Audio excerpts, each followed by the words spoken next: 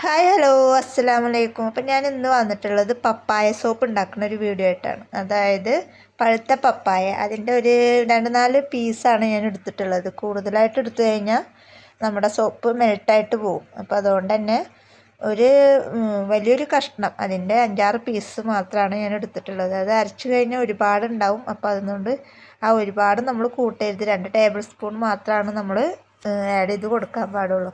അപ്പോഴത്തേനും ഞാൻ soap base cut ചെയ്തിട്ട് മെൽറ്റാക്കാൻ വെച്ചിട്ടുണ്ടായിരുന്നു. അത് കട്ട് ചെയ്യുന്ന വീഡിയോസൊന്നും ഞാൻ കാണിച്ചിട്ടില്ല. അപ്പോൾ സോപ്പ് ബേസ് മെൽറ്റായിട്ട് കിട്ടിയിട്ടുണ്ടെങ്കിൽ അതിലേക്ക് 2 ടേബിൾ സ്പൂണാണ് ഞാൻ പപ്പായ മിക്സിയിലിട്ട് അരച്ചത് അതിലേക്ക് ആഡ് ചെയ്ത് കൊടുക്കുന്നത്.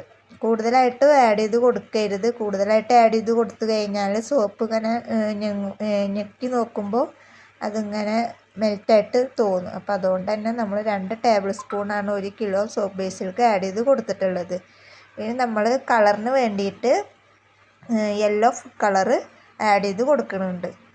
ഇനിയിപ്പോൾ അത് ആഡ് ചെയ്ത് കൊടുത്തില്ല എന്നുണ്ടെങ്കിലും കുഴപ്പമില്ല, അത്യാവശ്യം കളറുണ്ട്. ഞാൻ ഒന്നും കൂടെ ഒരു കളർ ഉണ്ടായിക്കോട്ടെ എന്ന് വിചാരിച്ചിട്ട് യെല്ലോ കളറ് ആഡ് ചെയ്ത് കൊടുത്തിട്ടുണ്ട്. ഇനി നമ്മൾ മണത്തിന് വേണ്ടിയിട്ട് പപ്പായയുടെ ഫ്രാഗ്രൻസ് ഓയിൽ ആഡ് ചെയ്ത് കൊടുത്തിട്ടുണ്ട്. ഇനി നമുക്കിത് സോപ്പ് മോഡിലേക്ക് ഒഴിച്ചു കൊടുത്തിട്ട് ഒരു 1-1.5 മണിക്കൂർ വരെ നമുക്കിത് സെറ്റാക്കി എടുക്കാം.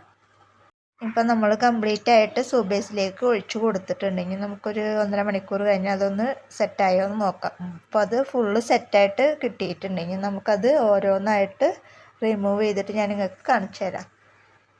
കണ്ടോ, നല്ല അടിപൊളിയായിട്ട് നമുക്ക് പപ്പായയുടെ സോപ്പ് റെഡി ആയിട്ട് കിട്ടിയിട്ടുണ്ട്. അപ്പോൾ എല്ലാവരും ഇതുപോലെ ട്രൈ ചെയ്ത് നോക്കുക. വളരെ സിമ്പിളായിട്ട് നമുക്ക് നമ്മുടെ വീട്ടിലുള്ള ഇൻഗ്രീഡിയൻസൊക്കെ വെച്ചിട്ട് ഉണ്ടാക്കാൻ പറ്റിയ സോപ്പാണ് പപ്പായ സോപ്പ്. അപ്പോൾ എല്ലാവരും ഇതുപോലെ ട്രൈ ചെയ്ത് നോക്കുക. വീഡിയോ ഇഷ്ടപ്പെട്ടാൽ ലൈക്ക് ചെയ്യുക, ഷെയർ ചെയ്യുക, കമൻറ്റ് ചെയ്യുക. അടുത്ത നല്ലൊരു വീഡിയോ ആയിട്ട് ഞാൻ വീണ്ടും വരാം. അതുവരേക്കും ബൈ ബൈ.